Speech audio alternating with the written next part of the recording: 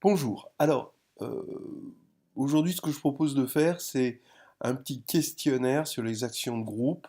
Bon, en plus, c'est un questionnaire qui permet d'aller visiter d'autres régions, comme, bon, par exemple, la combinatoire avec le groupe SN, l'arithmétique avec Z sur NZ, l'algèbre linéaire avec GLN, l'algèbre, bon, voilà, les formes quadratiques avec ON.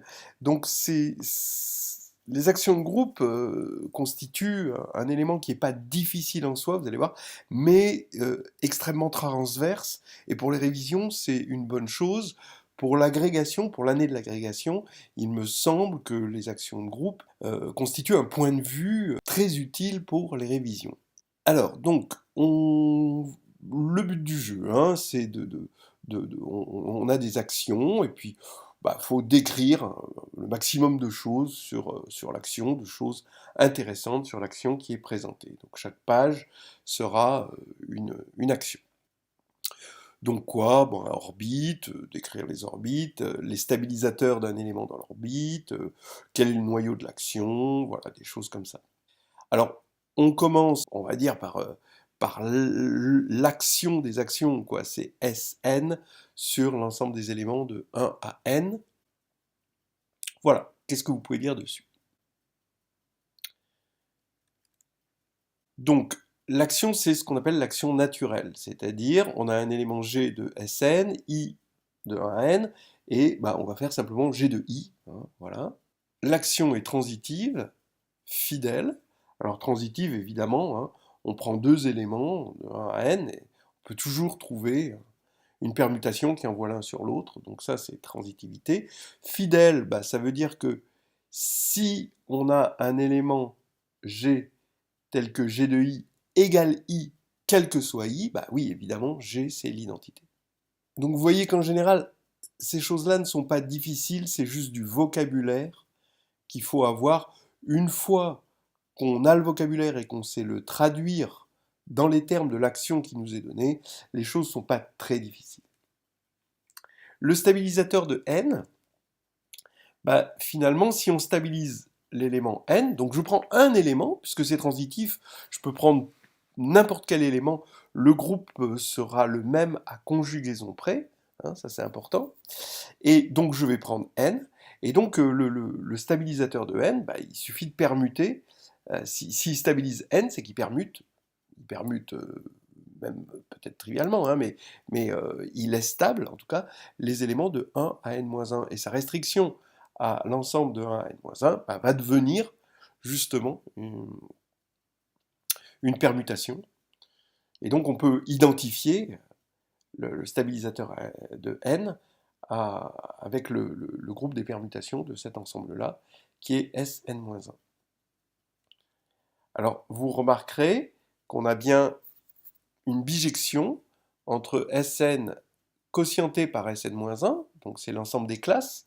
Attention, Sn-1 n'est pas un sous-groupe distingué, donc le quotient n'est pas un groupe, hein, mais c'est un ensemble de classes, Sn quotienté par Sn-1, et c'est en bijection avec, puisque c'est transitif, avec le stabilisateur de n, c'est Sn-1, ben voilà, ça nous fait cette jolie bijection.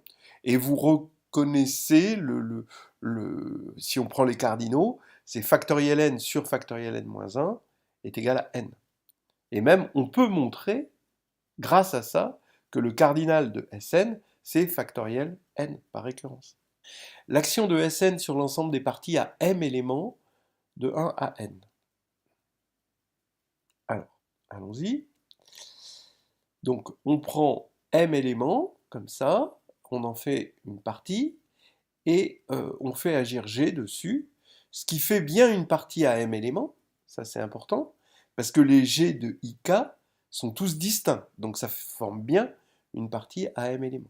Si G n'était pas injective, euh, on n'aurait pas cette action, en quelque sorte. Donc l'action est transitive et fidèle. Bon, alors oui, en effet, hein, on peut toujours envoyer une partie à m éléments vers une autre partie à m éléments par une permutation. Ça, c'est assez clair. Et pour montrer la fidélité, bah, il suffit de dire que, par exemple, on fixe I, et on regarde toutes les parties AM éléments qui contiennent I, on prend l'intersection, et ça fait juste I. Donc si on fixe toutes les parties AM éléments qui contiennent I, alors forcément on fixe I. Et maintenant, comme on a pris I quelconque, ben, on fixe I pour tout I, donc G c'est l'identité. Alors si on veut le stabilisateur d'une forme normale, donc on va prendre 1 jusqu'à M, hein, pourquoi s'embêter. On regarde le stabilisateur de cet élément.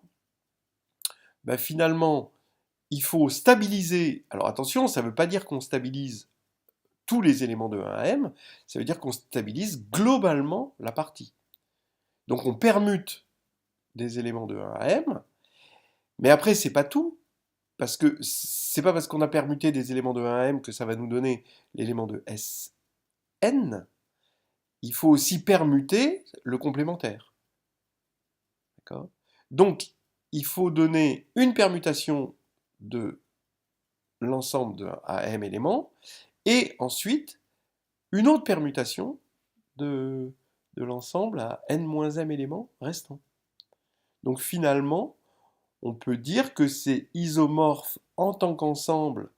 Ah, isomorphe en tant qu'ensemble, ça se dit pas bien, mais c'est en bijection, en tout cas, avec les couples de Sm croix Sn-m, voilà, donc le stabilisateur. Hein.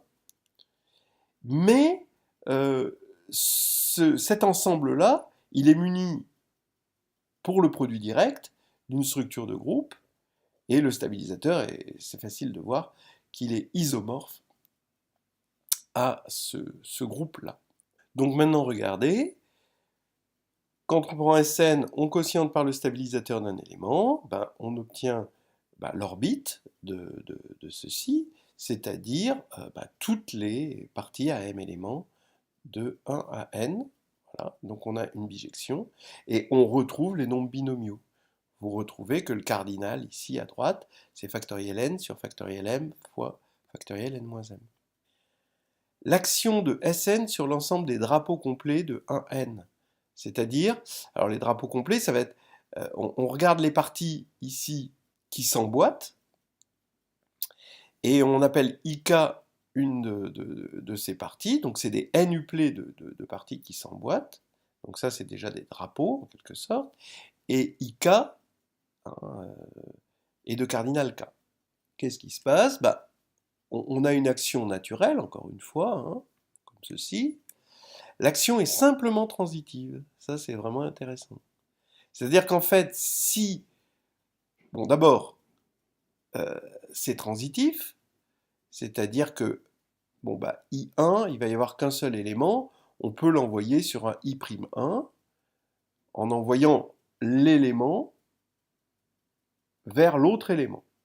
Ensuite, on a I2, c'est deux éléments qui doivent aller vers I'2. Mais le premier élément, il doit aller vers le premier élément de I'2. Donc le deuxième élément, il doit automatiquement aller vers le deuxième élément de I', etc. Et en fait, on va avoir n éléments qui vont être envoyés vers n éléments. Et ça, c'est toujours possible dans Sn. Donc c'est transitif. Et si on regarde le stabilisateur d'un n-uplet, là, il fallait que je mette n, c'est pas m, c'est n, pardon. Donc si je regarde le stabilisateur d'un n-uplet, eh bien c'est tout simplement l'identité. Parce qu'il faut stabiliser le premier élément, il faut stabiliser l'élément qui arrive dans I2, il faut, etc., etc. Et à la fin, on stabilise tous les éléments, ce qui fait que l'action est simple. Alors simple, ça implique fidèle, mais attention, c'est pas équivalent à fidèle. Hein. Simple, ça veut dire que juste fixer un seul élément, c'est être l'identité. Alors que fidèle, c'est quand on fixe tous les éléments qu'on est l'identité. Voilà, donc c'est simplement transitif. Et donc quand on a une action simplement transitive, ça veut dire que le stabilisateur c'est E, et donc ça veut dire qu'on a une bijection. Là, quand c'est simplement et transitif, alors ça veut dire qu'on a une bijection. D'accord ?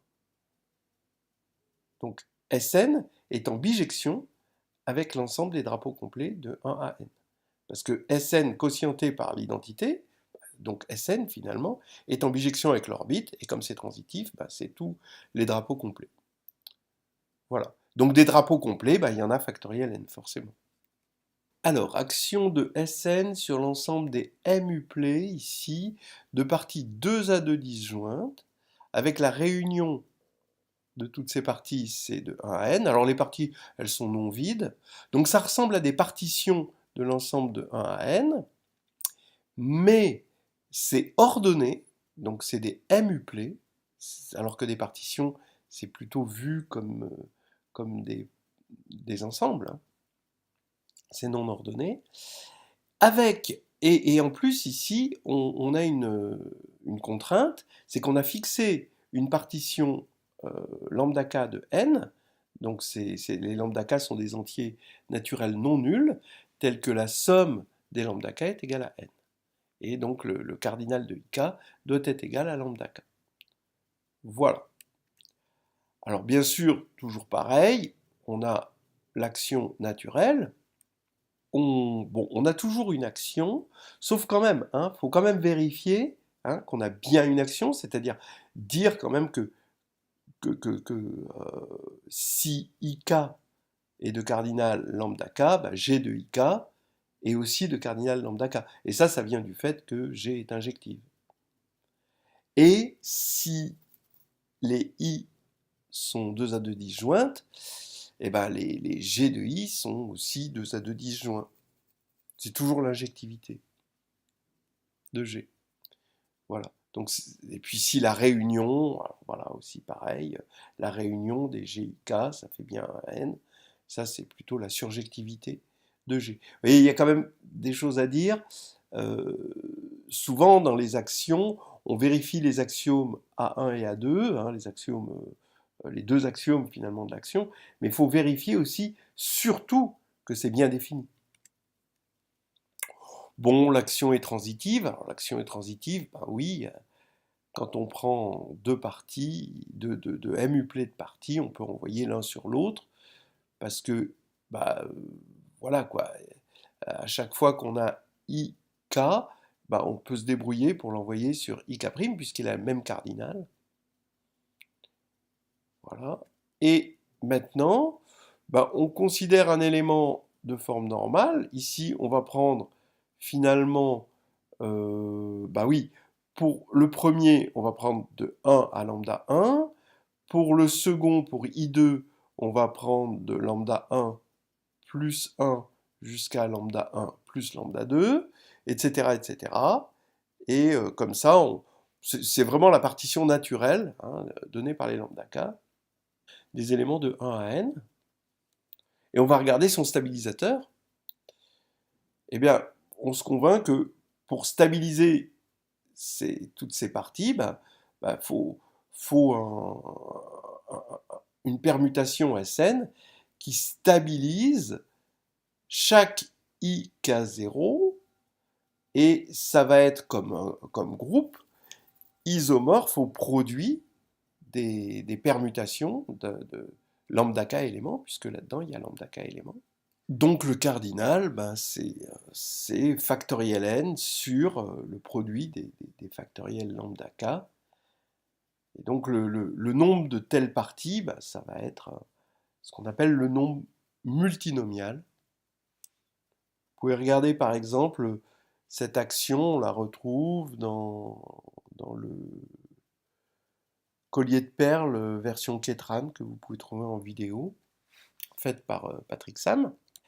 Là, on passe aux actions cycliques. Voilà. Alors, on a z sur pz qui va agir sur x puissance p, où x c'est un ensemble. Donc ça, c'est le produit cartésien, p fois de x. Donc c'est l'ensemble des puplets d'éléments de x. Et on a une action cyclique, c'est ça son boulot, au groupe cyclique, c'est d'agir cycliquement. Alors là, j'ai pris P premier parce que c'est plus intéressant quand P est premier, mais on peut faire cette action pour P non premier. Donc c'est quoi l'action? Ben, un élément, la classe de K dans Z sur PZ ben, va agir cycliquement. Donc il faut voir les indices comme modulo P, donc ça tourne cycliquement là, et on vérifie que c'est bien une action. Alors, c'est là où c'est intéressant d'avoir P premier, c'est que les sous-groupes de Z sur PZ, par le théorème de Lagrange, bah, ils peuvent être de cardinal soit P, soit 1. Donc si c'est 1, ça veut dire que bah, le stabilisateur est trivial, et si c'est P, ça veut dire que le stabilisateur c'est tout. Donc on a deux stabilisateurs. Et si le stabilisateur d'un élément c'est Z sur PZ, ça veut dire qu'il est stable, d'accord? On prend K égale 1, ben, il va être stable déjà par 1. 1, c'est le générateur. Donc s'il est stable par 1, ben, il est stable par tout le monde, parce que c'est le générateur. Donc ça veut dire que x2, x3 jusqu'à xp, x1, ben, c'est égal à ça. Ça n'a pas bougé. Et donc on va avoir x1 égale x2, x2 égale x3, etc. Ça veut dire qu'on a une égalité à tous les étages. Et donc, il y a deux types d'orbites.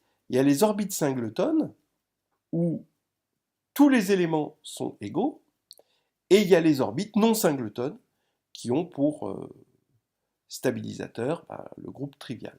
Voilà. Alors maintenant, on s'occupe des actions de GLN de K.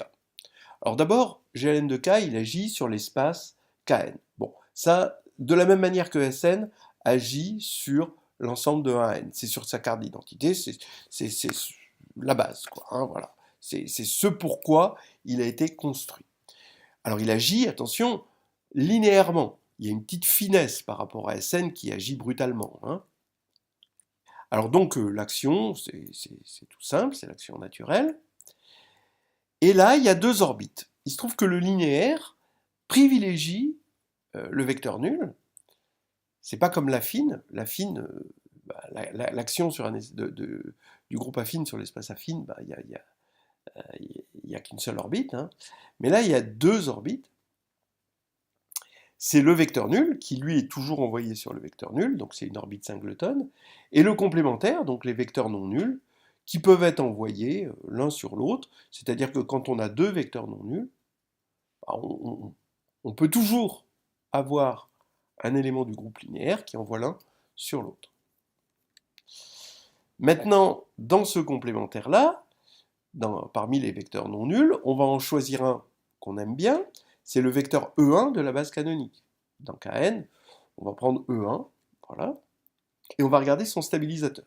Donc je vous ai dit, à partir du moment où on est dans une orbite, et le complémentaire est une orbite, eh bien, vous prenez n'importe quel élément, celui que vous préférez, et vous regardez son stabilisateur, et tous les autres, ce seront des conjugués. Donc le stabilisateur sera isomorphe, il n'y aura pas de grande surprise. Et le stabilisateur, oui, on a 1, donc c'est des matrices, ici, de GLN de K, on a 1 et 0 là, puisqu'il stabilise 1, et là c'est quartier libre. Sauf que, attention, c'est quartier libre, mais ce bloc diagonal doit être inversible, parce qu'on est quand même dans un groupe. Hein. Donc ici, comme la matrice, globalement, elle doit être inversible, eh bien, on voit bien que C doit être inversible aussi. Voilà. Donc on a trouvé le stabilisateur. Une petite remarque, si K est fini, et c'est toujours intéressant de faire du dénombrement, hein, de faire de la combinatoire algébrique, eh bien, si K est fini, et on va noter Gn, le cardinal de GLN de K, alors, du coup, ça nous donne une formule de récurrence, parce qu'on va avoir, d'accord, GLN de K, qui est de cardinal Gn, quotienté par ce stabilisateur, qui est en bijection, attention, on ne dit pas isomorphe, c'est une bijection, avec Kn moins 0. Donc on a Gn, donc ça c'est Gln de K, donc si on prend les cardinaux, ça, Q puissance n moins 1, ça vient de ce x là, du dénombrement de ces x là, Gn moins 1, ça vient du dénombrement des matrices C, et Q puissance n moins 1, eh bien c'est Kn, c'est le cardinal de Kn auquel on a enlevé le vecteur nul. Voilà. Donc ça nous fait, avec G1 égale Q-1, une jolie formule de récurrence qui nous permet de calculer Gn. Action de Gn de K sur l'ensemble des bases de Kn, oui, on prend une base F1 jusqu'à Fn, et en fait, on agit sur la base par G F1, G de Fn. Et comme G est inversible, linéaire inversible, ça reste une base. Il faut vérifier que c'est bien défini. L'action est bien définie. C'est une action simplement transitive. Oui, c'est le théorème fondamental de l'algèbre linéaire qui nous dit que quand on a deux bases, il existe un unique élément qui envoie la première base sur l'autre, et il est inversible. Donc ça veut dire que comme l'action est simplement transitive, par cette unicité, cette transitivité, ça veut dire, comme tout à l'heure avec les drapeaux, ça veut dire que GLN de K est en bijection avec l'ensemble des bases de Kn. Mais c'est une bijection non canonique. C'est-à-dire qu'elle dépend, d'accord, quand on veut une bijection entre GLN et l'ensemble des bases, ça dépend d'une base fixée. Action de GLN de K sur l'ensemble des parties libres à m éléments de Kn. Mais canonique ou pas, ce qui se passe, c'est que on a une bijection, c'est-à-dire que le nombre de bases est égal au cardinal de GLN de K. L'action de GLN de K sur l'ensemble des parties libres à m éléments de Kn, pareil, même action. Là, ici, quand on a une partie libre à m éléments, on va avoir une partie libre à m éléments parce que G est injective. L'action est transitive. Alors, c'est le théorème de la base incomplète et le théorème fondamental de l'algèbre linéaire. Bon. Alors, regardez comment on fait. Alors ça, c'est un grand classique. On veut envoyer une partie libre à m éléments Fi vers une partie libre à m éléments F'I. Ces deux parties, on les prolonge, on les complète en des bases. On va avoir une base F et F'. On envoie ensuite, on a un élément qui envoie F, la base F, sur la base F', et donc, en particulier, elle envoie la partie libre jusqu'à M vers la partie libre F'I pour I de 1 à M. Donc on a bien la transitivité. Vous voyez ? Base incomplète et Théphane. Et le stabilisateur, donc on va prendre une partie libre, on va prendre une partie libre, la partie libre canonique, les éléments E1 jusqu'à EM, qui forment une partie libre à M éléments de K puissance N, donc ça c'est la base canonique, dont on a pris que les M premiers éléments, et donc le stabilisateur, c'est les matrices sous cette forme, d'accord ? Voilà. Ce qui nous permet de calculer facilement le nombre de parties libres à m éléments, quand on est sur un corps fini. Donc le nombre de parties libres à m éléments, c'est le cardinal du groupe, divisé, puisque l'action est transitive, par le stabilisateur. Là, les x, on les compte là, donc ça c'est des matrices. Donc il y a m puissance n-m coefficient de la matrice que l'on peut choisir parmi Q éléments. Alors Q, c'est le cardinal de K. Et C, on va mettre G indice n-m. Donc on a cette jolie formule. Action de GLN de K sur les droites vectorielles de Kn. C'est K puissance n, évidemment. Donc c'est l'action directe. G, D. On a G, un élément de GLN de K. D, une droite. Ça fait G de D. L'action est transitive. D'accord ? Vous prenez deux droites, D et D'. Vous prenez un vecteur directeur de D, V, et un vecteur directeur V' de D'. On a vu tout à l'heure qu'on pouvait envoyer V sur V', et donc par linéarité, ça envoie D sur D'. Donc l'action est transitive, car l'action sur les vecteurs non nuls est transitive. Maintenant, le noyau de l'action, alors là c'est intéressant, le noyau de l'action, Là, cette fois-ci, l'action n'est pas fidèle, hein, donc on a une action non fidèle. Le noyau de l'action, c'est le sous-groupe distingué des homothéties. Alors, effectivement, vous prenez une homothétie, ça veut dire lambda identité, bah, ça envoie évidemment D sur D, pour tout D. Donc, bah, évidemment,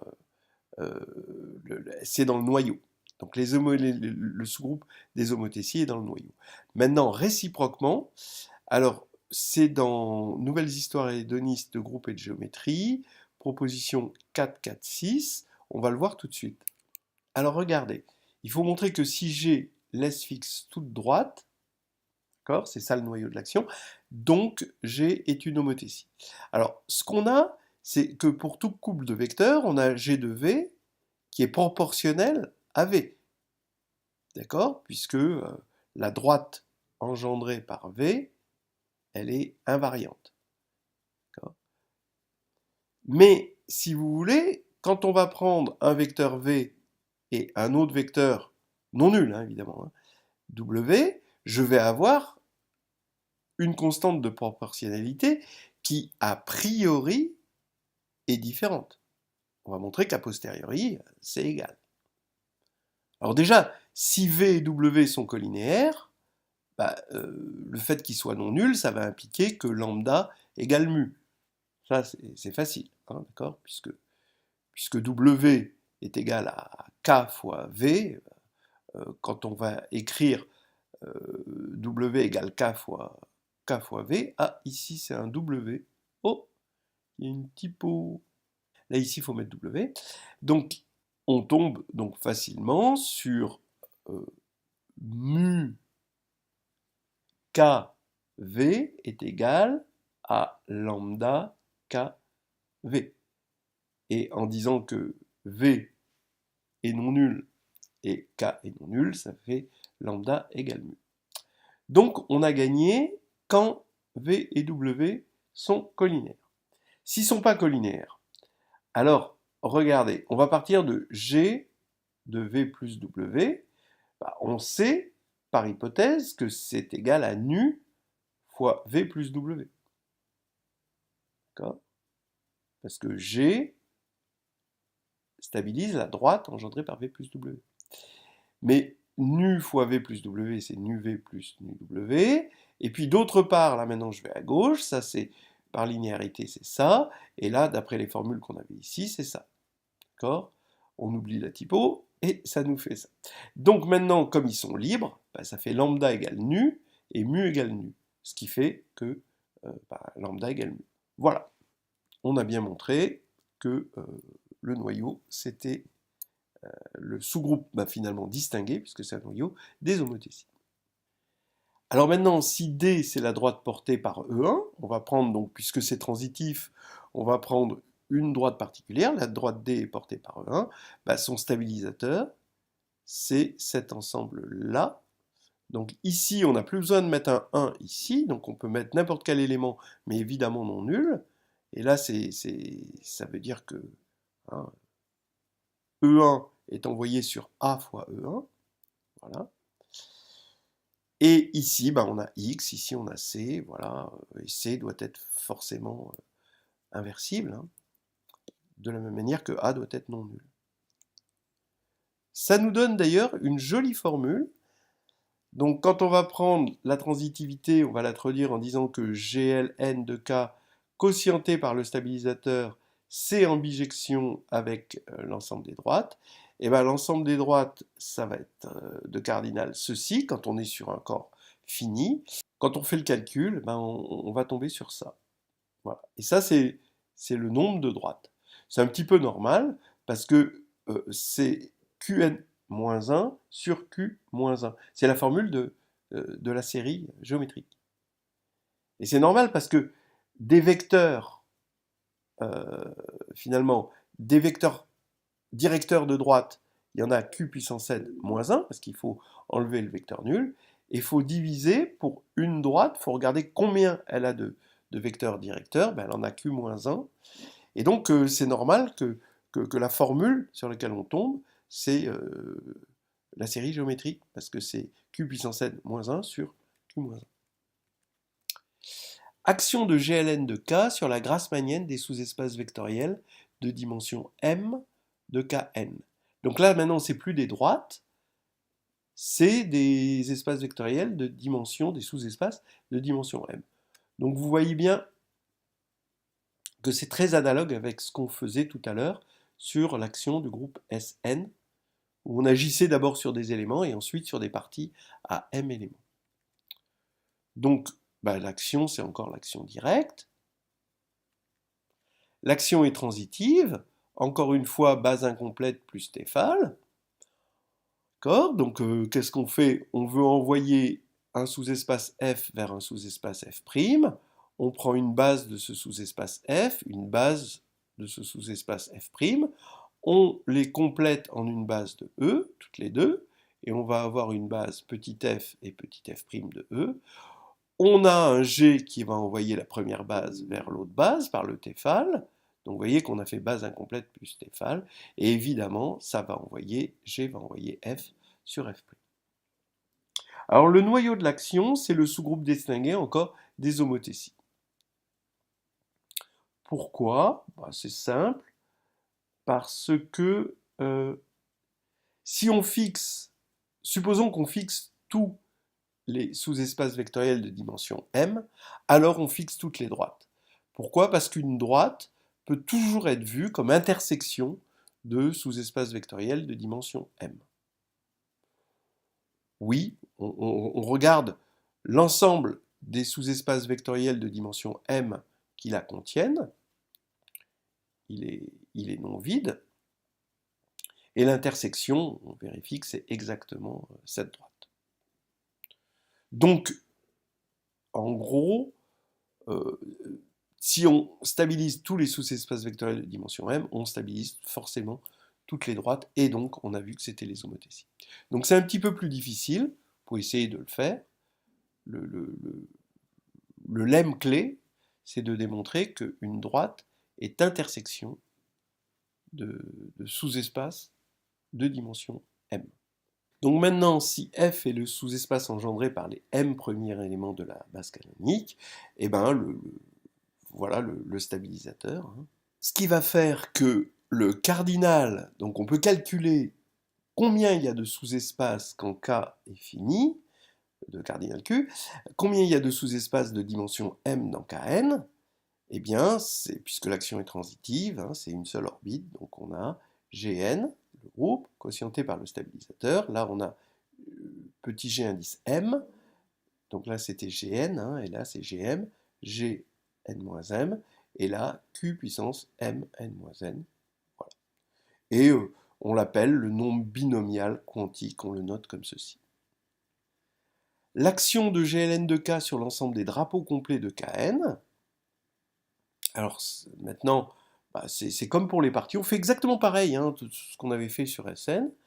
Donc on a des sous-espaces qui s'emboîtent de dimension I, ici, donc c'est les drapeaux. Les drapeaux, ça veut dire l'emboîtement, et complet, ça veut dire que on a toutes les dimensions qui sont représentées. Donc action naturelle, évidemment, il faut vérifier que c'est bien défini, que l'emboîtement, donc G préserve l'emboîtement, et G préserve la dimension. Et G préserve la dimension parce que c'est bijectif. L'action, on montre que c'est transitif. Et quand on va fixer toujours pareil avec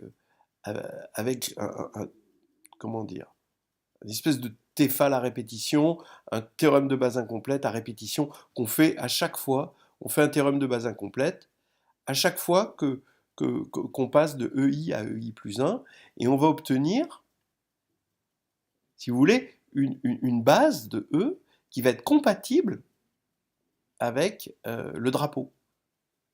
C'est-à-dire que les K premiers éléments de la base, pour tout K, engendrent FK. Et ensuite, il suffit d'appliquer le Théphale pour dire qu'il existe un G qui envoie la base compatible de F vers la base compatible de F'.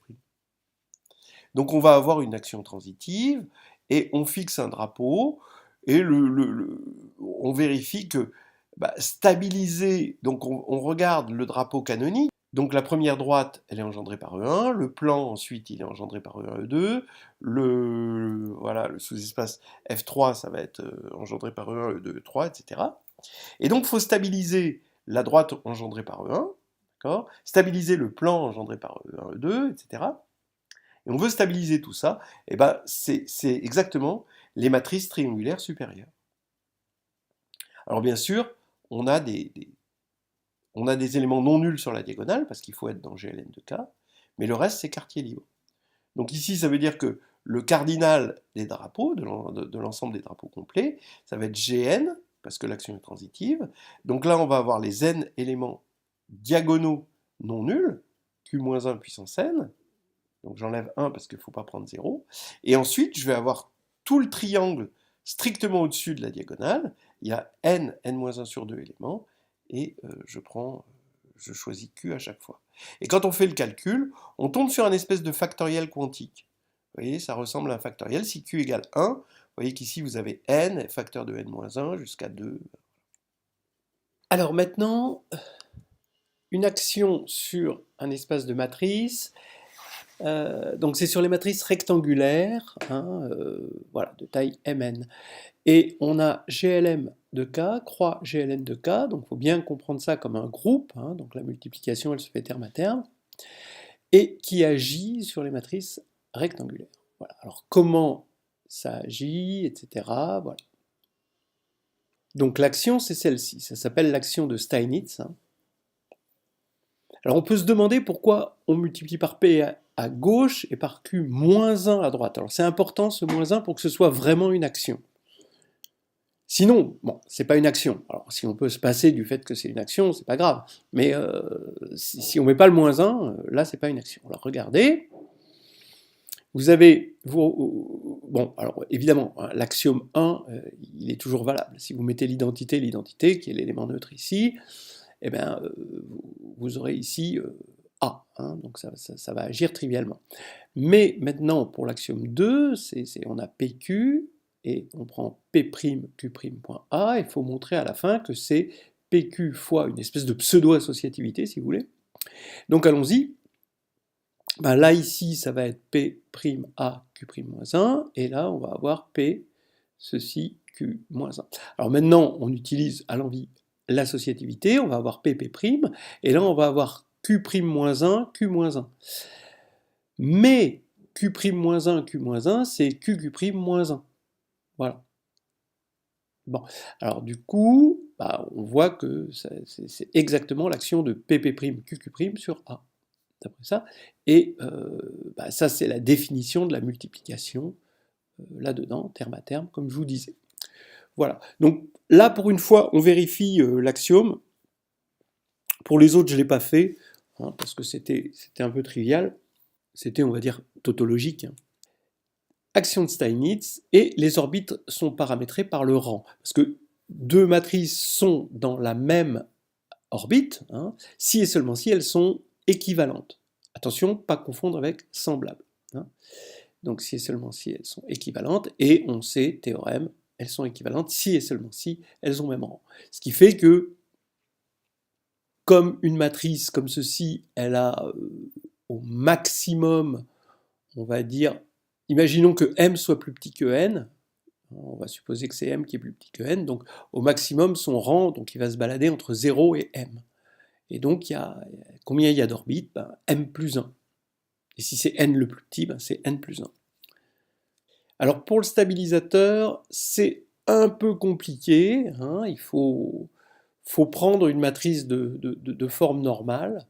Alors on peut regarder un petit peu ce stabilisateur. Voilà, alors d'abord, les orbites sont paramétrées par le rang, et dans chaque orbite, donc il y a cette matrice qui est une matrice de forme normale, qui est comme ça. Alors elle a M ligne, N colonnes, et là on a I indice R, donc là ici on a une matrice carrée de taille R, qui est l'identité. Donc on va regarder le stabilisateur de cette matrice, puisqu'elle est représentative de chaque orbite.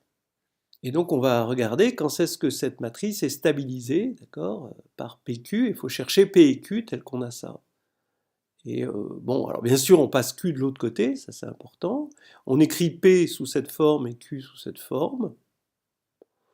Et puis on fait des calculs et on tombe sur une forme pour P et Q. Ça nous donne une idée du stabilisateur, hein. Alors bien sûr, comme P est sous cette forme-là, il faut que A et D soient inversibles, parce que P est inversible, et ici, il faut que A et D' soient inversibles. Vous voyez, ce qui est intéressant, c'est que A est égal à A'.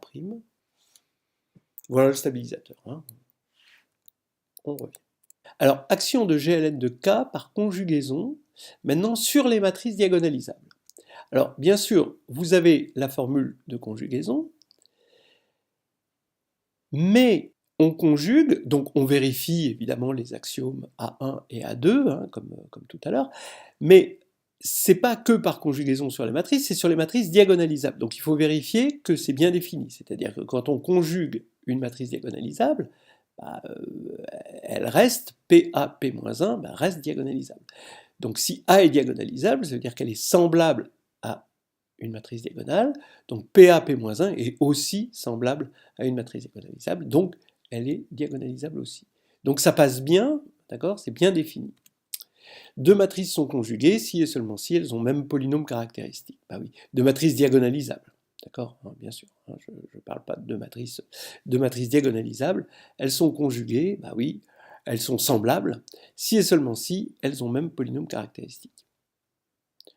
Ce qui revient à dire qu'elles ont même valeur propre, avec multiplicité, modulo, permutation.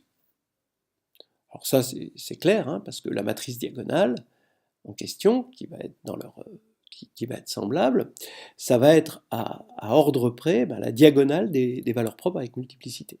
Donc c'est complètement donné par le polynôme caractéristique. Ce qui veut dire que on va avoir autant d'orbites qu'il y a de polynômes caractéristiques possibles, donc des polynômes de degré n unitaires et scindés. Voilà. Alors après le stabilisateur, donc évidemment l'élément de forme normale, on va regrouper des lambda i distincts. Donc là les lambda i sont distincts. On prend la diagonale, d'accord, la matrice diagonale avec ses lambda i. Et il faut regarder le stabilisateur de ça. Alors le stabilisateur, ça veut dire que c'est l'ensemble des m tels que m d m-1 égale d. Alors j'affirme que c'est l'ensemble de ces éléments-là. Alors évidemment, les MII sont tous inversibles. La preuve, vous la trouverez dans Carnet de voyage en algébrie, quand on compte le nombre de matrices diagonalisables, ça c'est important.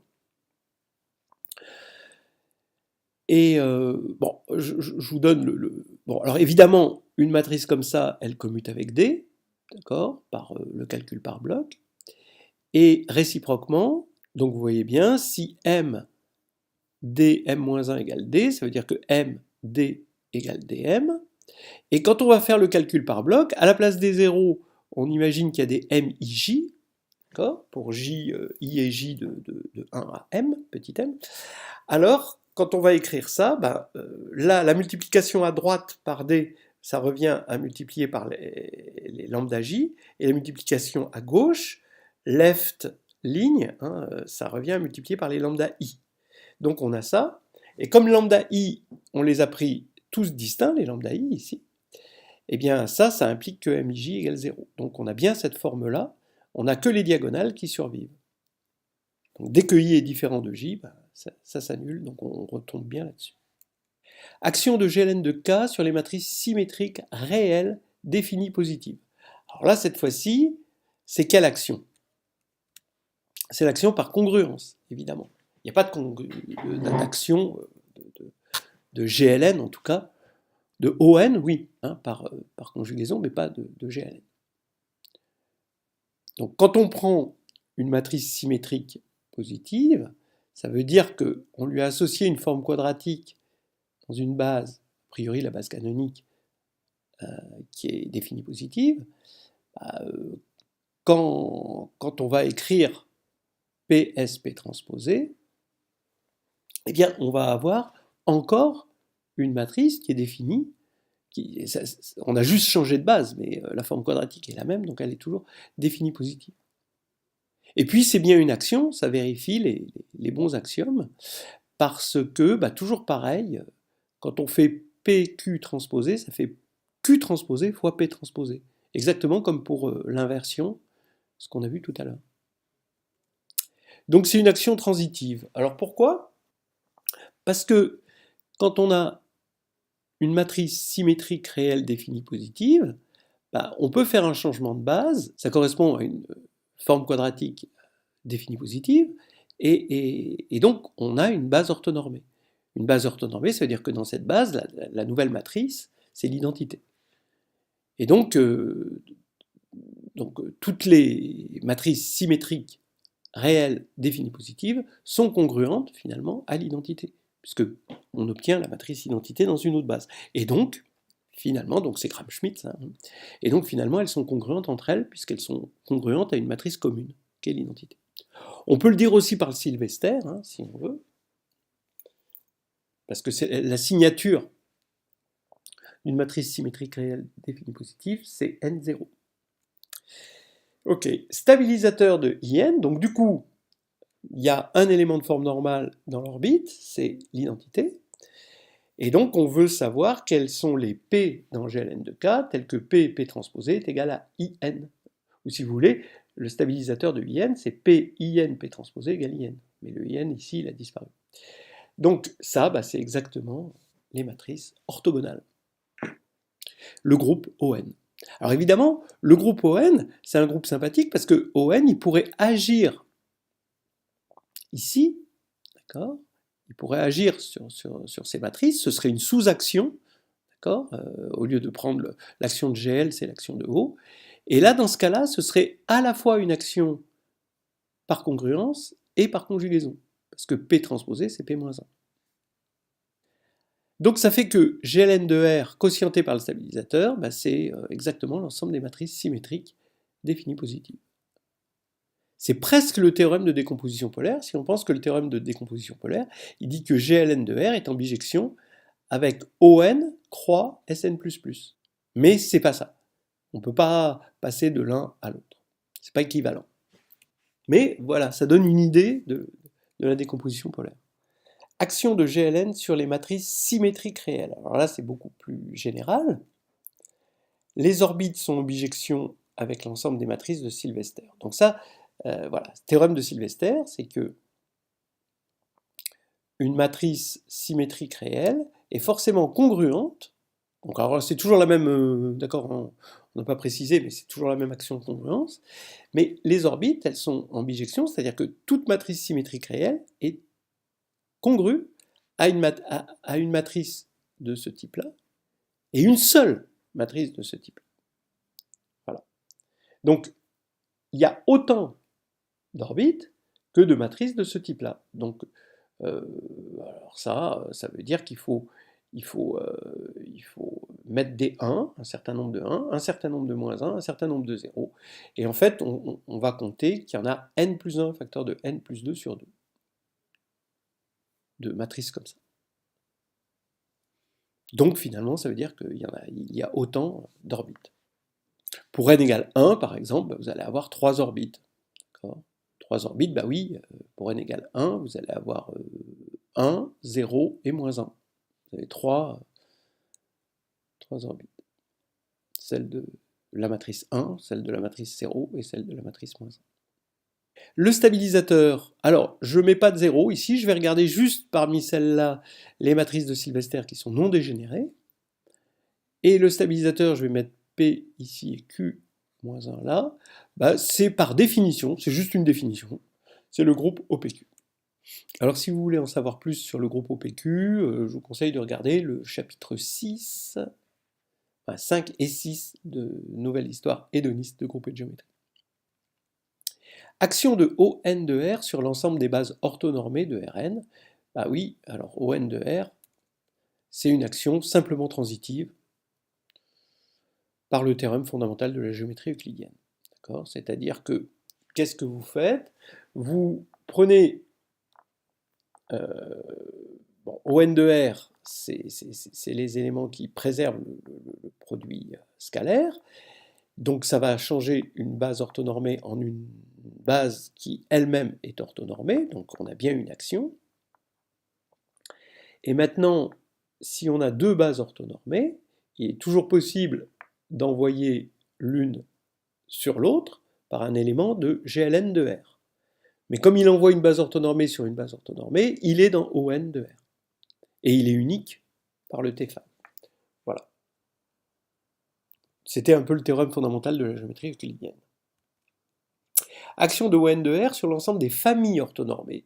Donc on prend les familles orthonormées à M éléments. Oui, je n'ai pas précisé, mais c'était à M éléments, le nombre d'éléments est fixé. Donc l'action est transitive par, alors toujours pareil, théorème de la base orthonormée incomplète et le théorème fondamental. C'est-à-dire que on a une famille, on prend deux familles de même taille, hein. J'avais oublié de préciser de même taille, mais c'est clair. On prend deux familles de même taille et on va envoyer un élément de ON de R et on va envoyer une famille sur l'autre par un élément de ON de R. Bon. Pour ça, la première famille, on la prolonge, d'accord, en une famille orthonormée. Alors pourquoi c'est possible? Parce que je peux prendre l'orthogonale du sous-espace engendré par la première famille, d'accord, et je prends une base orthonormée de cette orthogonale. Quand je concatène les deux, ça me fait une base orthonormée. Voilà. Donc c'est une espèce de base orthonormée incomplète. Donc toute famille orthonormée peut être complétée par une base orthonormée. Et après, on fait ça pour les deux familles, puis on applique le théorème fondamental, et on a un élément de ON de R qui envoie la première famille sur la seconde. L'action de ON de R sur la sphère unité. Bah oui, c'est une action transitive. D'abord, la sphère unité, c'est les éléments, d'accord, normés. Donc, c'est les vecteurs normés. Donc, finalement, on peut voir ça comme une famille à un élément, une famille orthonormée à un élément. Donc, d'après ce qu'on a vu tout à l'heure, l'action est transitive.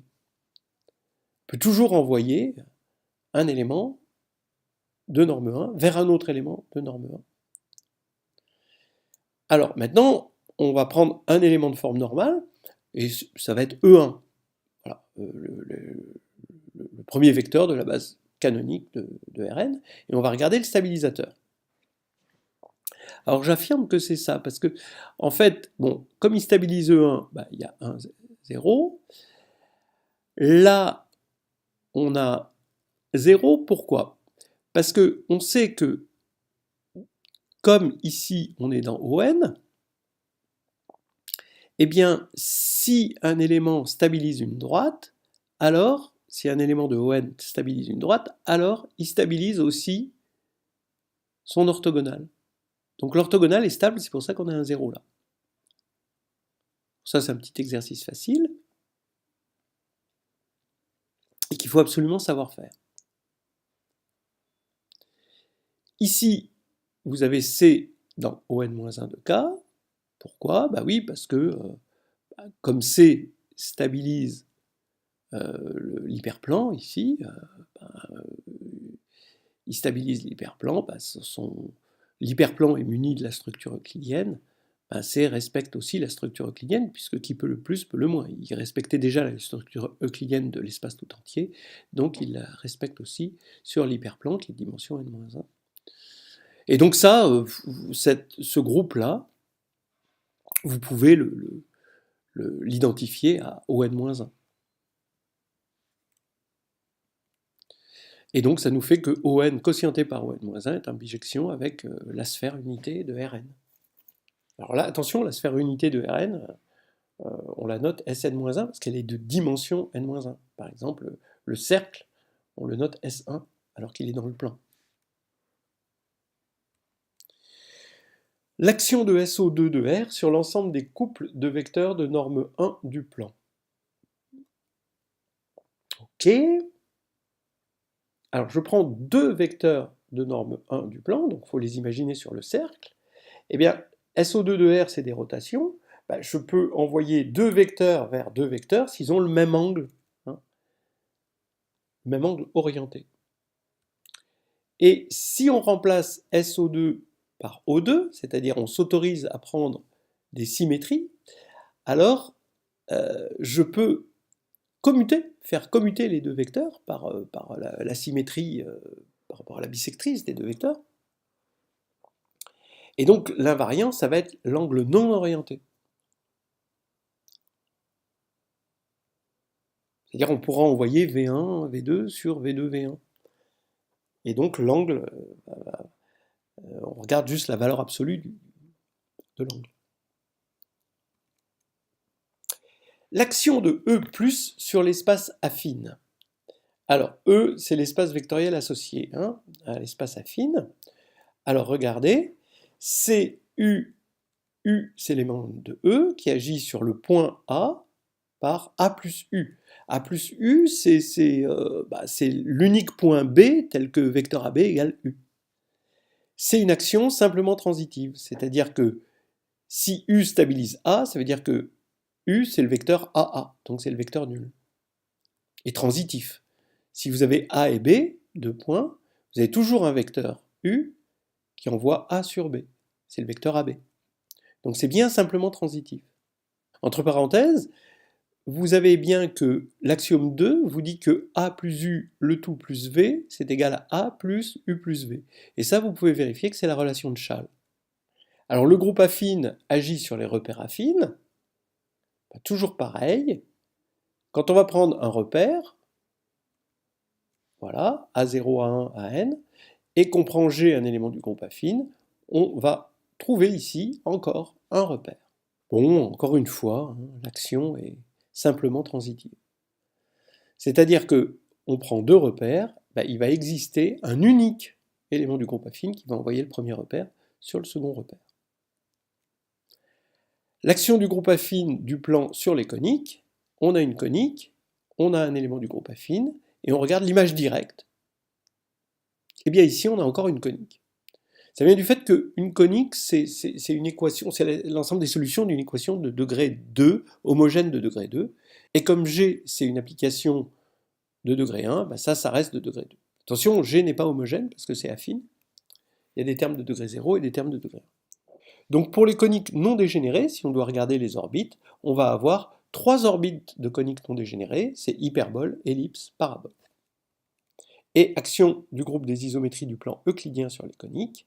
Maintenant, c'est plus le groupe affine, c'est le groupe des isométries, donc c'est plus fin, c'est un sous-groupe, donc on va avoir une classification plus fine. Voilà, donc c'est un raffinement de la classification précédente. Par exemple, les ellipses vont se regrouper, mais selon leurs petits axes et leurs grands axes. Par exemple, deux ellipses vont être dans la même orbite si elles ont même petit axe et grand axe. Voilà, je vous laisse regarder ça dans des bons livres, et on va s'arrêter là.